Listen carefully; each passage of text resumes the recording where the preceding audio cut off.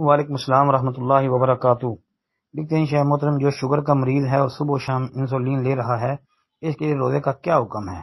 Doctor حضرات تو منع کرتے ہیں، قرآن و حدیث کی روشنی میں کیا حکم؟ محترم بھائی، بات یہ ہے کہ اگر شوگر کا مریض ہے،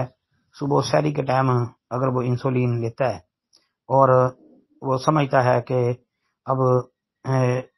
شام تک روزہ جو ہے وہ میرا گزر جائے گا، پھر شام کو انسولین لے لیتا ہے،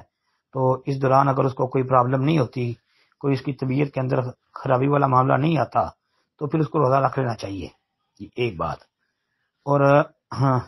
شوگر کا مریض اگر ساتھ کوئی میڈیسن بھی استعمال کر رہا ہے تو صبح اور شام یعنی سحری کے وقت اور افطاری کے بعد وہ میڈیسن بھی استعمال کرتا ہے، تو اس میں انشاءاللہ کوئی تنگی والی بات نہیں ہے، روزہ رکھ لے، روزہ گزر جائے گا انشاءاللہ۔ اور اگر وہ یہ سمجھتا ہے کہ مجھے پورے دن کے اندر کسی وقت یعنی دوپہر میں یا کسی دن کے کسی حصے میں جو روزے کا وقت ہوتا ہے، روزے کی حالت میں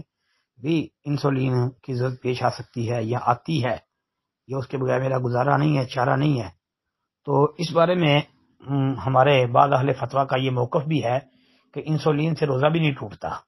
یہ بھی بات ہے۔ اور اگر طبیعت جو ہے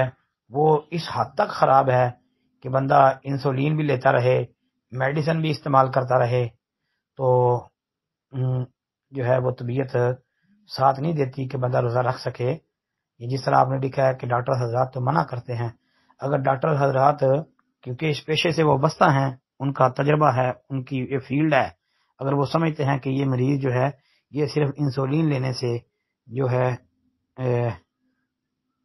اس کے لیے یہی کافی نہیں ہے، بلکہ روزہ رکھے گا تو اس کی طبیعت بگڑ جائے گی اور نقصان ہو جائے گا، اس کی طبیعت خراب ہونے کی وجہ سے حالات یعنی زیادہ معاملہ بگڑ سکتا ہے، تو پھر وہ روزہ جو ہے چھوڑ سکتا ہے۔ پھر اگر اس کو روزہ رکھنے کی ہمت نہیں ہے، رکھ نہیں سکتا، تو اس کے بارے میں علماء کہتے ہیں کہ پھر وہ روزوں کا فدیہ دے دے، مسکینوں کو کھانا کھلا دے، جی، ہر روزے کے بدلے میں۔ ہاں جی، السلام علیکم ورحمۃ اللہ۔